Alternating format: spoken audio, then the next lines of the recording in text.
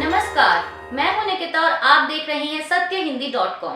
चलिए एक नजर डालते हैं अब तक की सुर्खियों पर। राहुल गांधी के नेतृत्व में जारी कांग्रेस की भारत जोड़ो न्याय यात्रा का आज शुक्रवार 19 जनवरी को छठा दिन है। मणिपुर से शुरू हुई है यात्रा अब असम पहुंच चुकी है। आज छठे दिन यात्रा की शुरुआत निमतीघाट जोरहाट से की गई और रात्रि विश्राम के लिए यात्रा असम के गोगामुख कॉलोनी खेल मैदान में रुकेगी। वहीं इससे पहले कल गुरुवार को राहुल गांधी ने यात्रा के दौरान असम के मुख्यमंत्री पर जमकर निशाना साधा। कांग्रेस नेता ने कहा कि हिंदुस्तान का सबसे भ्रष्ट मुख्यमंत्री असम का है। परिवार के सब सदस्य, चाहे वो पत्नी हो, बच्चे हों या फिर खुद, सबके सब भ्रष्टाचार में लगे हुए हैं। वो सोचते हैं कि पैसे से असम की पूरी जनता को खरीदा जा सकता है, लेकिन वो गलत सोचते हैं। असम की जनता पैसे से खरीदी नहीं जा सकती। यात्रा के दौरान राहुल गांधी के बयान पर असम के मुख्यमंत्री हेमंत बिस्व शर्मा ने भी पलटवार किया है। शर्मा ने कहा कि मेरे हिसाब से तो देश की सबसे भ्रष्ट परिवार ही गांधी परिवार है। बोफोर्स कांड से लेकर भोपाल गैस कांड में एंडरसन को भगाने तक देश का सबसे भ्रष्ट परिवार गांधी परिवार है।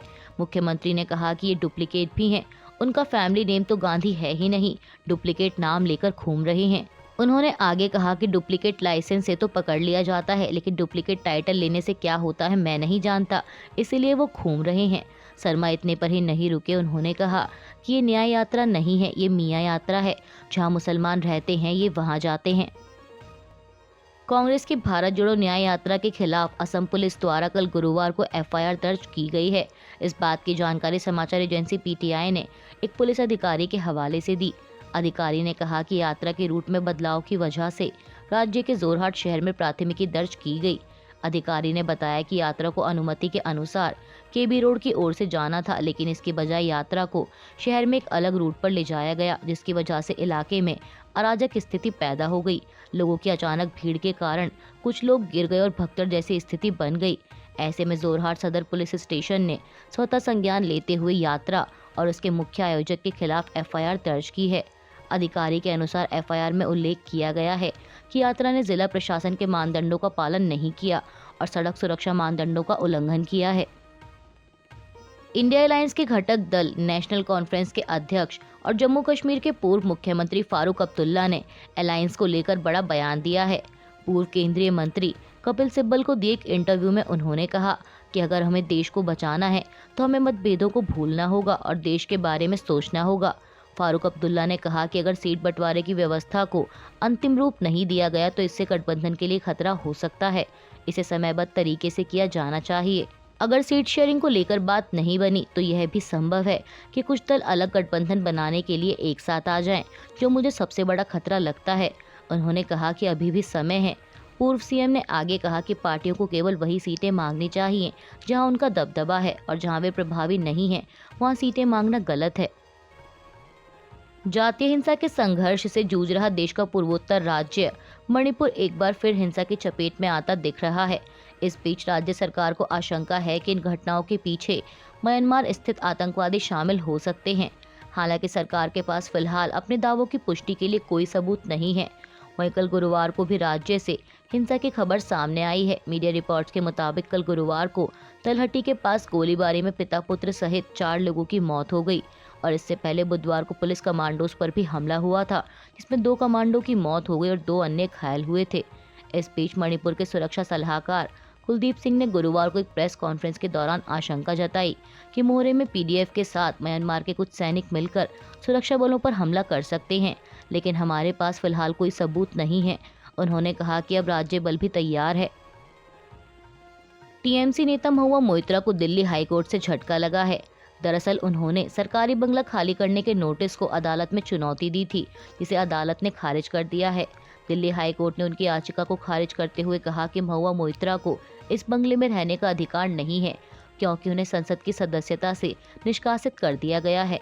बता दें कि कैश फॉर क्वायरी के आरोपों के चलते टीएमसी नेता को दिसंबर महीने में संसद की सदस्यता से निष्कासित कर दिया गया था, जिसके तुरंत बाद मोइत्रा को संपदा निदेशालय की ओर से सरकारी बंगला खाली करने का आदेश जारी किया गया।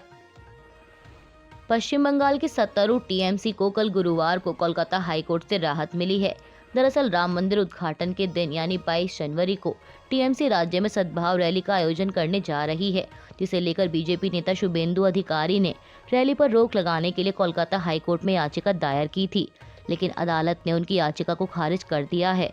वहीं अब अदालत के फैसले को लेकर टीएमसी ने बीजेपी पर निशाना साधते हुए कहा कि यह बीजेपी के मुंह पर तमाचा है। पार्टी प्रवक्ता कुणाल घोष ने कहा कि हम कोलकाता हाईकोर्ट के आदेश का स्वागत करते हैं। यह उन बीजेपी नेताओं के मुंह पर करारा तमाचा है जो रैली को रोकने के लिए कोर्ट गए थे। उन्होंने कहा कि यह बीजेपी के सांप्रदायिक मंसूबों पर जनता की जीत है। वहीं हाईकोर्ट ने पश्चिम बंगाल सरकार को निर्देश दिया है कि रैली के दौरान शांति बनी रहे। टीएमसी प्रवक्ता कुणाल घोष के बयान पर पलटवार करते हुए बीजेपी प्रवक्ता समीक भट्टाचार्य ने कहा कि बंगाल सरकार का सांप्रदायिक हिंसा से निपटने का खराब रिकॉर्ड रहा है। बीजेपी नेता ने कहा कि इससे पहले भी हमने रामनवमी शोभा यात्रा के दौरान राज्य को सांप्रदायिक दंगों में घिरते देखा है। आपको बता दें कि राम मंदिर उद्घाटन के दिन यानी 22 जनवरी को टीएमसी प्रमुख ममता बनर्जी कोलकाता में सभी धर्मों के लोगों के साथ सद्भाव रैली करेंगी। बनर्जी ने बताया कि वे कालीघाट मंदिर में देवी काली की पूजा करने के बाद दक्षिण कोलकाता के हाजरा चौराहे से जुलूस की शुरुआत करेंगी। गुजरात में वडोदरा की हरनी झील में कल गुरुवार को एक नाव डूबने से 12 बच्चों समेत 14 लोगों की मौत हो गई। स्थानीय मीडिया के मुताबिक नाव खचाखच भरी हुई थी।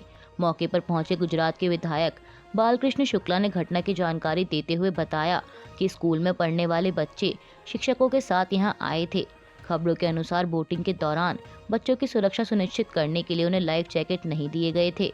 वडोदरा की पार्षद शीतल मिस्त्री से जब नाव पर लाइफ जैकेट न होने के बारे में पूछा गया तो उन्होंने कहा कि यह जांच का विषय है, लेकिन ठेकेदार का कहना है कि लाइफ जैकेट उपलब्ध कराए गए थे। वडोदरा के हरनी झील में हुए हादसे पर प्रधानमंत्री मोदी ने शोक व्यक्त किया है और घायलों के जल्द ठीक होने की कामना के साथ मुआवजे का भी ऐलान किया है। प्रधानमंत्री कार्यालय ने एक्स पर लिखा कि प्रधानमंत्री ने कहा है कि वडोदरा की हरनी झील में नाव पलटने से हुई जनहानि से व्यथित हूँ। दुख की इस घड़ी में मेरी संवेदनाएं शोक संतप्त परिवारों के साथ हैं। घायलों के शीघ्र स्वस्थ होने की कामना करता हूँ। स्थानीय प्रशासन प्रभावित लोगों को हर संभव सहायता प्रदान कर रहा है। आगे लिखा गया है कि प्रधानमंत्री नेशनल रिलीफ फंड से हर मृतक के परिजन को 2 लाख रुपए और घायलों को 50,000 रुपए दिए जाएंगे। टेक कंपनी गूगल में इस साल भी बड़े पैमाने पर छंटनी की जा सकती है। इस बात की जानकारी कंपनी के सीईओ सुंदर पिचाई ने वर्कर्स को भेजे एक मेमो में दी। बता दें कि बुधवार को द वर्ष पर प्रकाशित रिपोर्ट में कंपनी के एक आंतरिक मेमो के आधार पर यह दावा किया गया है। वर्ष की रिपोर्ट के मुताबिक इस मेमो में पिचाई ने कहा कि कुछ क्षेत्रों में काम को सरल बनाने और गति देने के लिहाज से छंटनी की जा सकती है। मेमो में पिचाई ने सभी वर्कर्स को बताया कि इन पदों में कटौती का स्तर पिछले साल जैसा नहीं होगा और हर टीम इससे प्रभावित नहीं होगी। हमारे कुछ महत्वाकांक्षी लक्ष्य हैं और इस साल हम बड़ी प्राथमिकताओं पर ध्यान देंगे। वहीं समाचार एजेंसी रॉयटर्स के अनुसार गूगल के एक प्रतिनिधि ने इस बात की पुष्टि की है कि सभी वर्कर्स को एक ईमेल भेजी गई है, लेकिन इस मेल में क्या था इसे लेकर जानकारी देने से इनकार कर दिया। राम मंदिर प्राण प्रतिष्ठा समारोह के निमंत्रण को ठुकराने को लेकर बीजेपी लगातार विपक्ष पर हमलावर है। इसी कड़ी में उत्तर प्रदेश के उप मुख्यमंत्री केशव प्रसाद मौर्य ने भी विपक्ष पर निशाना साधा है। एनडीटीवी से बातचीत के दौरान डिप्टी सीएम ने विपक्षी राजनीतिक दलों पर हमला बोलते हुए कहा कि जो राजनीतिक रोग के शिकार हैं उन्हें भगवान राम के प्रति लोगों की आस्था समझ नहीं आएगी। वो हर चीज को राजनीतिक चश्मे से ही देखेंगे। मैं तो उनसे बस इतना कहूँगा कि जिन्हें भी निमंत्रण मिला है उन्हें इस कार्यक्रम में जरूर आना चाहिए। जो 22 जनवरी को आने से बच रहे हैं उन्हें देश देख रहा है और समझ रहा है। मौर्य ने आगे सवाल करते हुए कहा कि जो लोग प्राण प्रतिष्ठा कार्यक्रम में नहीं जा रहे, क्या वे इफ्तार के निमंत्रण को भी इसी तरह से ठुकरा देते। उप मुख्यमंत्री ने कहा कि मैं एक बात साफ कर दूं, यह निमंत्रण पत्र बीजेपी और उसकी सरकार की तरफ से नहीं भेजा गया है। कोई एक आदमी भी नहीं कह सकता कि उसे निमंत्रण बीजेपी की तरफ से आया है।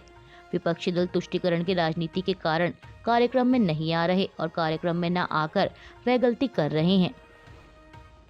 रांची में चल रहे FIH ओलंपिक हॉकी क्वालिफायर में जर्मनी ने भारतीय महिला हॉकी टीम को पेनल्टी शूटआउट में हरा दिया है।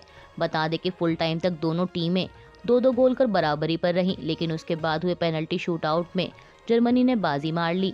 जर्मनी शूटआउट 4-3 से जीत गई और इसी जीत के साथ अब जर्मनी ने ओलंपिक के लिए क्वालिफाई कर लिया है। लेकिन वहीं भारत को अब ओलंपिक में क्वालिफाई करने के लिए तीसरे स्थान के लिए होने वाले मैच में अमेरिका को हराना होगा।